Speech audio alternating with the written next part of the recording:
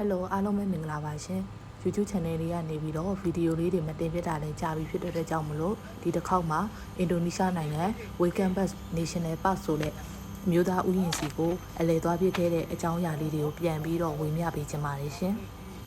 ဒီ Waikambas National Park ကို1989ခုနှစ်မှာစတင်တည်ထောင်ထားပြီးတော့သူကဆူမားရာကျွန်းတောင်ဘက်လမ်ပွန်ပြည်နယ်မှာတည်ရှိပါတယ်ရှင်ဒီ Waikambas National Park ကဆူမားရာဆင်အပြင်ကိုဆူမားရာကြားကြံ့သူတော်တို့ခေါ်တဲ့အလွန်ရှားပါးနေပြီဖြစ်တဲ့တော်ရိုင်းမျိုးစိတ်တွေဝငှက်မျိုးပေါင်း400ကျော်နေထိုင်ကျက်စားရဒေသတစ်ခုပဲဖြစ်ပါတယ်ရှင်။တွားရောက်လေပတ်ဖြစ်ပုံတွေကတော့2023နိုဝင်ဘာလထိုင်းနိုင်ငံချင်းမိုင်မြို့မှာပြုလုပ်တဲ့ Elephant Symposium မှာ presentation ပေးရတယ်ပေါ့နော် presentation ပေးတဲ့အခါမှာ Chris ကလာမိတ်ဆက်ရင်းနဲ့သူနဲ့contact ရရင်းနဲ့ကျွန်မအင်ဒိုနီးရှားနိုင်ငံမှာကြောင်းတက်ဖို့အကြောင်းဖန်လာတဲ့ခါမှာသူနဲ့အဆက်အသွယ်လုပ်ရင်းနဲ့သူကအင်ဒိုနီးရှားနိုင်ငံWaikambas National Park မှာရှိတဲ့စင်ဆရာဝန်ဖြစ်နေတာပေါ့နော်အဲ့ဒီအတွက်ကြောင့်မလို့သူရဲ့အလုပ်ကိုလာလေ့လာဖို့ဖိတ်ခေါ်ရင်းနဲ့ရောက်ရှိသွားပါတယ်ပေါ့နော်အရင်ကတည်းကလည်းမြန်မာစင်ဆရာဝန်အနေနဲ့မြန်မာစင်ဦးစီးတွေနဲ့အင်ဒိုနီးရှားနိုင်ငံစင်ဦးစီးတွေနဲ့လည်းပညာပေးဖလှယ်ပြီးတော့အပြန်အလှန်လေ့လာခဲ့တဲ့အစီအစဉ်မျိုးတွေရှိတယ်လို့လည်းသိရပါတယ်ရှင်အဲ့လိုနဲ့ကျမနေထိုင်တဲ့ဂျာဗာကျွန်းပေါ်မှာရှိတဲ့ဂျကာတာမြို့ကနေပြီးတော့ဂျကာတာကိုလေယာဉ်စီးဖို့အတွက်အရင်ဆုံး airport train စီးရတယ်ဒီမြို့လေးကအပြည်ပြည်ဆိုင်ရာလေဆိပ်လည်းရှိတယ်အဲ့ဒီနောက်ဂျာဗာကျွန်းရဲ့အဓိကထင်ရှားမြို့လည်းဖြစ်တဲ့ကမ္ဘာအကြီးဆုံးဗုဒ္ဓဘာသာဖခင်ကျောင်းတည်ရှိတဲ့မြို့ဖြစ်တဲ့အတွက်ကြောင့်မလို့ခီးသွားဧည့်သည်တွေကလည်းအရန်ကိုများပြားတဲ့မြို့ပေါ့နော်အဲ့တော့ကြတော့လေဆိပ်မှာသူတို့ရဲ့ဂျာဗာကာချာဖြစ်တဲ့ဂျာဗာနစ်ရိုးရာအကောင်ကိုကပြနေရှိတယ်ပေါ့နော်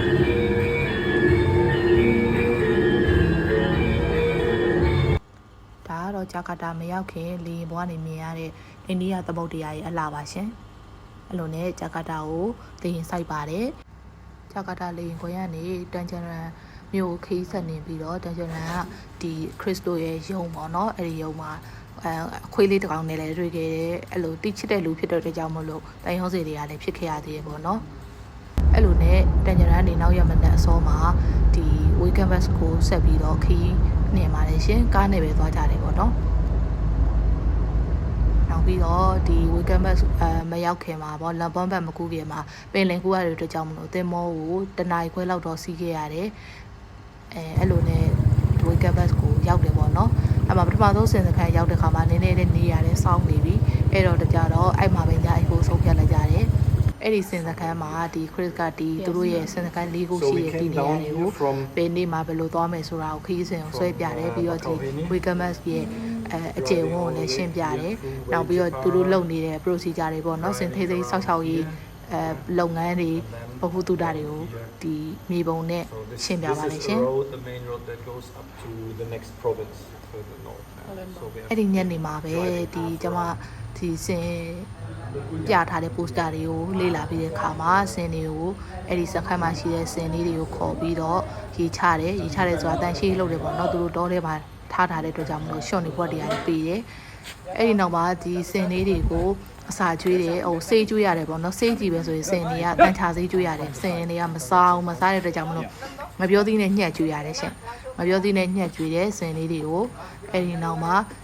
ပထမဆုံးနေတဲ့သူတို့ရဲ့ head care ပေါ့နော် head care routine တစ်ခုဖြစ်တဲ့စင်ဝိတ်ချိန်တာစင်ရဲ့ပေါင်ချိန်ဘယ်လောက်ရှိနေပြီတဲ့သူ့အသက်အရွယ်နဲ့အဲ့ဒါတွေကိုစပြီးတော့လှုပ်ဆောင်တယ်အဲ့ဒီနောက်မှာကျန်းမာရေး routine မျိုးစားနောက်တစ်ခုမျိုးဖြစ်တဲ့ food care ပေါ့နော်စင်ရဲ့ခြေဘဝတွေမှာအနာတွေရှိမရှိနောက်တစ်ခုက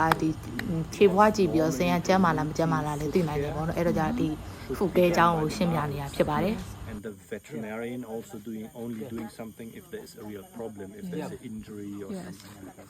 Okay. နောက်တစ်ခုကတော့ဆင်မာလေးတွေကမိတ်ရှင်ထားတဲ့လက္ခဏာရှိတယ်ဆိုရင်သူ့ရဲ့မိတ်ရှင်မှုကသားမျိုးစိအောင်မအောင်ပေါ့နော်အဲ့ဒါစစ်ဆေးရမှာဖြစ်တဲ့ကြောင့်မလို့အရင်တော့သူ့ရဲ့1 2ကိုတန်ရှင်းလောက်ရတယ်အဲ့ဒီနောက်မှာစင်ကမိတ်ရှင်တာအောင်မဟုတ်ပြီးဖို့အတွက် ultra sound ရရတယ်နောက်ပြီးultra sound ကနေပြီးတော့စင်ကဘယ်တော့မိတ်ရှင်တာလဲဘယ်နေ့မှာမွေးနိုင်လဲဆိုတာကိုလည်းသူultra sound ကနေလည်းသိနိုင်တယ်ပေါ့နော်အဲ့တော့ဒါစင် ultra sound ရိုက်နေတဲ့ပုံစံလေးပါရှင်ultra sound စစ်ဆေးမှုမှာတော့စင်မာလေးကမိတ်ရှင်တဲ့လက္ခဏာတော့ရှိခဲ့တယ်ဒါပေမဲ့လည်းသားမအောင်ဘူးဆိုတာတော့တွေ့ရမှာပေါ့နော်တကယ်လို့သားအောင်လဲဆိုရင်လူတွေလိုပဲultra sound ပုံရိပ်လေးမှာ စင်ဆိုလဲစင်ပုံစံလေးဘယ်လိုပြောရမလဲတာတတိသားလောင်းရဲ့ပုံစံလေးပေါ့နော်အဲ့ဒါလေးတွေ့ရမှာဖြစ်ပါတယ်အဲ့လိုနဲ့စစ်ဆေးမှုတွေအကုန်ပြီးသွားတဲ့အခါမှာစင်တွေအကုန်လုံးကိုဒီဖြစ်ဆော့စာကျွေးတယ်ပေါ့နော်ဒီဗီဒီယိုထဲမှာတွေ့ရတဲ့စင်လေးကတော့စင်မုံကြနေတာပေါ့နော်မုံကြနေတဲ့အတွက်ကြောင့်မလို့သူ့ကိုမုံထူးခတ်ပြီးတော့တကောင်နဲ့ခွဲထားရတယ်သူ့ဦးစီးကိုပဲဒေတာကျူးဆိုင်ပြီးတော့တတိကြီးကြီးနဲ့စောက်ရှောက်ခိုင်းထားရတာပေါ့နော်စင်မုံကြတယ်ဆိုတာကတော့အရွယ်ရောက်ပြီးတော့ကျမကြီးကောင်းမွန်တဲ့စင်ပေါက်တွေပေါ့နော်စင်အထီးလေးတွေမှာဖြစ်လိဖြစ်တာရှိပြီးတော့အသက်55နှစ်ထိကိုစင်အထီးတွေကမုံကြတယ်လို့သိရပါတယ်ရှင်ဒီစင်မုံကြခြင်းကတော့ဒီသဘာဝအရာဖြစ်တဲ့အတွက်ကြောင့်မို့လို့ဒါကိုစင်မုံတိတ်အောင်လို့မုံမကြတော့အောင်လို့တော့ပြုလုပ်နေဆိုရင်တော့ဒါလွဲမတဲ့ယူဆတွေပဲဖြစ်ပါတယ်ရှင်အဲ့လိုနဲ့နောက်ရက်မနေ့အစောမှာဒီစင်လေးရဲ့ရေချခြင်းပေါ့နော်သူတို့ဒီဝေကဘတ်ရဲ့ပြစ်ထဲမှာစင်လေးရေချိုးပေးတာပေါ့နော်အဲ့ဒါကိုသူလိုက်လံပြီးတော့ကြည့်ရှုခဲ့ပါတယ်အဲ့ဒီရေချနေတဲ့အတွင်းမှာဒီရေချခြင်းရဲ့အကောင်းဆုံးကကြတော့ဒီရေချနေတဲ့အတွင်းမှာဒီစင်ဦးစီးနဲ့စင်နဲ့ကအနိကရှိရပြီးတော့ဒီစင်ရဲ့ကျမ်းမာရေးကိုအနိကကြည့်ရှုလို့ရတာပေါ့နော်စင်ဦးစီးတွေကဒီစင်ရဲ့ကျမ်းမာရေးလှုပ်ရှားမှုကောင်းမကောင်းစီဝမ်းမှန်နောက်တစ်ခုအခြေတွေလက်တွေဒီအနာတရားတွေရှိမရှိအဲ့ဒါတွေကအနိကပြီးတော့ကြည့်ရှုလို့ရတဲ့အနေထားပေါ့နော်အဲ့နဲ့အစင်ရေးချပြီးတော့မှဒီစူမာဒရာစင်နဲ့မစီဘူးတာဖြစ်တဲ့အတွက်ကြောင့်မို့လို့စီးခဲ့ပါသေးတယ်အဲ့လိုနဲ့ဒီဒါကတော့စင်ဦးစီးကအစာကျွေးရင်းနဲ့စင်တကောင်ရဲ့ကျမကြီးကိုစစ်ဆေးနေတဲ့ပုံစံလေးပါရှင်အဲ့ဒါပြီးတဲ့နောက်မှာနောက်တနေရာကိုသွားဖို့လို့ပြင်ဆင်ရပါတယ်ရှင်နောက်တနေရာကရေကြီးနေရပါတော့ဘာလို့ဆိုတော့အင်ဒိုနီးရှားနိုင်ငံရဲ့ရာသီဥတုကနှွေနယ်မိုးနဲ့နှစ်ခုပဲရှိတယ်အဲ့မှာကျွန်မသွားလေတာကဇန်နဝါရီလကြီးဖြစ်တဲ့အတွက်ကြောင့်မို့ဒီနိုင်ငံမှာမိုးရာသီဖြစ်တဲ့အတွက်ကြောင့်မို့တော်တော်များများနေရာကတော့ရေကြီးနေပါတယ်အဲ့လိုနဲ့စင်လေးတွေကိုစပြီးတော့တွေ့ရပါပြီဒီစကမ်းမှာတော့စင်ပေါင်လေး2ကောင်တော့ရှိတယ်ရှင်အဲ့စင်ပေါင်လေး2ကောင်ကတော့တော်တော်တော့ချစ်စရာကောင်းပါတယ်ဒီစင်ကလေးလေး2ကောင်နဲ့ဒီစင်မလေး1ကောင်ကဘာလို့ဒီအုပ်စုနဲ့ခွဲခြားဖြစ်နေရလဲဆိုတော့ तू ကဒီပေါ့အိမ်မွေးစင်မဟုတ်ဘူးတောစင်မျိုးစားဆိုတာဒီဝေကမတ်ကတောစင်နေတဲ့နဲ့ဆက်နေရဖြစ်တဲ့ကြောင့်မလို့တောစင်တွေကဒီ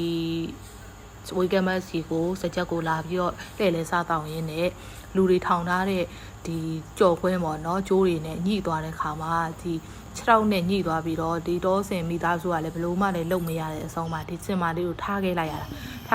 တော့ဒီ Wickham National Park မှာ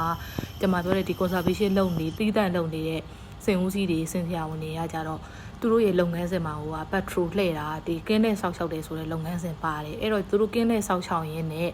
ဒီစင်မာလေးကဒီလိုမျိုးအဖြစ်ပြက်ကြီးရှိတာသိရတဲ့အတွက်ကြောင့်မလို့ဒီစင်မာလေးကိုခေါ်ပြီးတော့ကယ်ဆယ်ပြီးတော့တေချာကုသပြီးတော့သူတို့ဒီအိမ်မွေးစင်အနေနဲ့တာဟာစာတာဖြစ်အောင်လို့ထားပေးထားတာပေါ့နော်အခုတော့ဒီစင်မာလေးကတော်တော်လေး6ရောက်ကလည်းလုံးဝကောင်းသွားပြီဒီအိမ်မွေးစင်နေနဲ့လည်းတော်တော်လေးတဲ့တာဟာစာတာဖြစ်လာပြီလို့တော့ပြောလို့ရပါတယ်ရှင်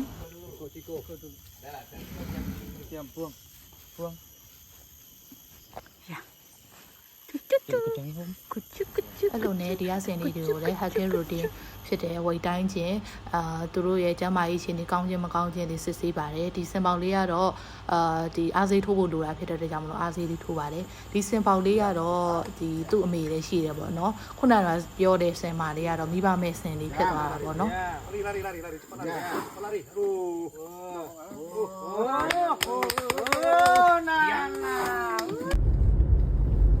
အဲ့လိုနဲ့နောက်တနေရာကိုဆက်သွားပြီးတော့ညနေဆောင်မှာရောက်တယ်ဖြစ်တယ်လို့ကြောင့်မလို့နောက်ရမနက်ခေကြပါပဲသူတို့ရဲ့ Healthcare Routine စင်ကျန်းမာရေးဆောက်ရှောက်မှုကိုပြုလုပ်ဖြစ်တယ်ပေါ့နော်ထုံးစံအတိုင်းတန်ချာဆေးကျွေးတယ်တန်ချာဆေးကိုငပြောသေးလေးမှာထည့်ပြီးတော့ကျွေးတယ်အဲ့ဒီနောက်ဒီစင်ရဲ့စင်ချရာ food care ကိုလုပ်ငန်းကိုလှုပ်ဆောင်တယ်ပြီးတော့ကြတော့ဒီစင်မာလေးတွေကို ultrasound ရိုက်တယ်စီးရှိမရှိပေါ့နော်ကိုဝင်ရှိမရှိစီးဆိုတာတော့ဒီကိုဝင်ဆောင်တာကိုပြောတာပေါ့နော်ရှေ့ဗီဒီယိုတွေမှာပြောခဲ့တဲ့အတိုင်းဒီစင်ရဲ့ကိုဝင်ဆောင်ကာလကလ20ကနေပြီးတော့22လကိုကြာမြင့်ပါတယ်ရှင်အဲ့လိုနဲ့နောက်ဆုံးနေရာကိုရောက်သွားတယ်မိုးရသည်ဖြစ်တဲ့ကြောင့်မလို့ရေတွေကလည်းနေရာအနှံ့မှာကြီးနေတယ်အဲ့တော့ကြတော့တော်တော်လေးကိုဒီစင်စခန်းရှိကိုရောက်ဖို့လို့ခက်ခဲကိုသွားလိုက်ရပါတယ်ရှင်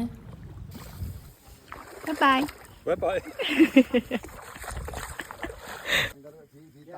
စင်ထိတ်သိမ်းဆောက်ရှောက်ရေးစခန်း၄ခုရှိတဲ့အနက်နောက်ဆုံးစင်စခန်းမှာလည်းဒီစင်တွေရဲ့ကျန်းမာရေးဆောက်ရှောက်မှုတွေပြုလုပ်ပြီးတဲ့အခါမှာအဲ့ဒီညမှာပဲဒီကျန်းကျရရုံးချုပ်ကိုတကြရမြို့မှာရှိတဲ့ရုံးချုပ်ကိုပြန်ခဲ့တယ်ညကတော့နည်းနည်းလေးနောက်ကျနေတာဖြစ်တဲ့အတွက်ကြောင့်မလို့နောက်ရက်မနေ့ကျမှပဲကျမကတော့ကျမနေထိုင်တဲ့ရော့ကြကတာမျိုးပြန်ပြီးတော့သွားခဲ့တယ်ပေါ့နော်စင်ချောင်းနဲ့ပတ်သက်ပြီးတော့တင်တဲ့ဗီဒီယိုလေးတွေကိုစုံထိပြီးတော့ကြည့်ပြီးတဲ့အတွက်ကျေးဇူးအများကြီးတင်ပါတယ်ထပ်မံပြီးတော့စင်နဲ့ပတ်သက်ပြီးတော့ပို့ပြတာတွေထပ်ပြီးတော့တင်ပေးအောင်မှာဖြစ်တဲ့ကြောင့်မလို့ channel လေးကိုတော့ like နဲ့ subscribe လုပ်ပေးပါလို့တောင်းဆိုရပါတယ်ကျေးဇူးအများကြီးတင်ပါတယ်ရှင်